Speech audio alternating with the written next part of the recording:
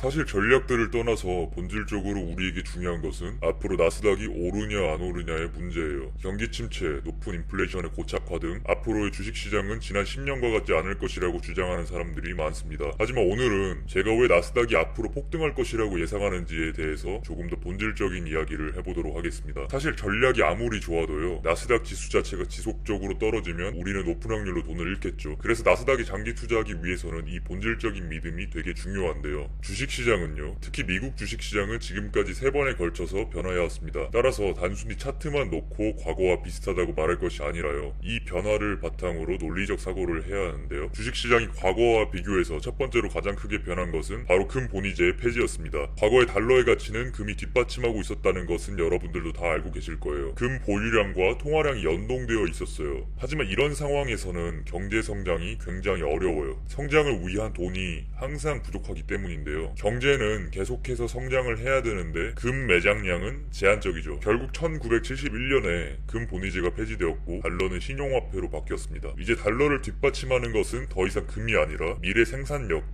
즉 다른 말로 하면 신용이에요. 쉽게 말하면 미래 생산력을 담보로 오늘 돈을 찍어내고 나중에 생산력을 통해 벌어서 갚겠다는 거예요. 이게 근본이제 이후의 달러 체제예요. 이렇게 신용에 기반한 자본주의에서는요, 지속적인 통화량 증가 없이는 자본주의 체제 자체가 유지가 될 수 없습니다. 우리 모두가 살기 위해서 통화량 증가는 필연적이라는 말이에요. 통화량이 증가한다는 것은 화폐 가치가 하락한다는 말과 동일해요. 또 화폐 가치 하락은 자산 가격의 상승과도 동일한 의미를 가집니다. 화폐 가치의 하락은요, 주식시장의 상승 요인입니다. 이것은 하이퍼 인플레이션이 발생한 베네수엘라에서도 터키에서도 증명이 됐어요. 인플레이션으로 인해서 돈의 가치는 하락했지만 주식시장은 폭등했습니다.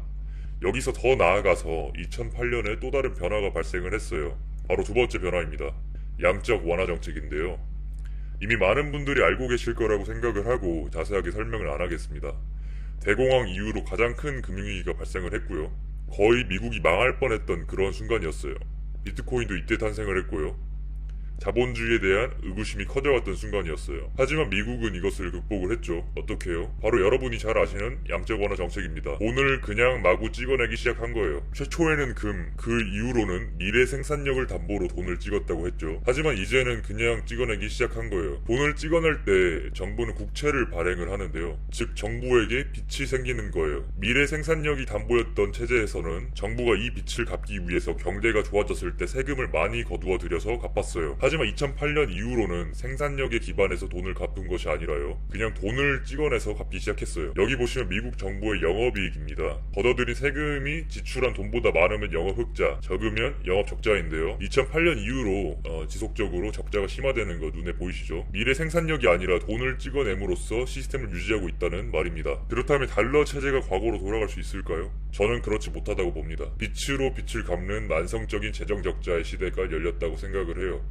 그런데 이 시기에 더 중요한 정책의 변화가 있었어요. 이거 많은 분들이 잘 모르실 거예요. 바로 오바마가 2006년에 401k라는 미국 퇴직연금 시스템을 자동 가입으로 바꿨어요. 근로자들이 퇴직연금에 가입하게 되면 세금 혜택을 받고요, 가입한 돈은 주식시장으로 들어오게 되는 거예요. 오바마 이전에는 신청을 해서 가입하는 제도였는데 오바마가 이것을 자격이 충족되면 자동으로 가입되게 만든 거고요. 2024년에는 가입 자체가 의무화가 될 예정이라고 합니다. 한마디로 말을 해서 미국 근로자들의 퇴직연금이 주식시장에 묶여 있다는 말이에요. 그렇다면 정치인들의 표를 받으려면 어떻게 해야 될까요? 주식시장을 무조건 상승을 시켜야겠죠. 이렇게 미국의 퇴직연금 제도는 미국 주식시장을 구조적으로 상승시키게 만들어요. 자, 정리할게요. 달러는 3번에 걸쳐서 변화하여 왔습니다. 지금의 달러는 폰지 시스템에 가깝고 시스템을 유지하기 위해서 계속해서 돈을 찍어내야 하는 상황입니다. 이로 인해서 달러 가치는 앞으로 계속 급락할 거예요. 최악의 경우에 정말 하이퍼 인플레이션이 올 수도 있다고 저는 봐요. 화폐 가치 하락은요, 증시 상승으로 이어집니다. 이러한 배경 속에서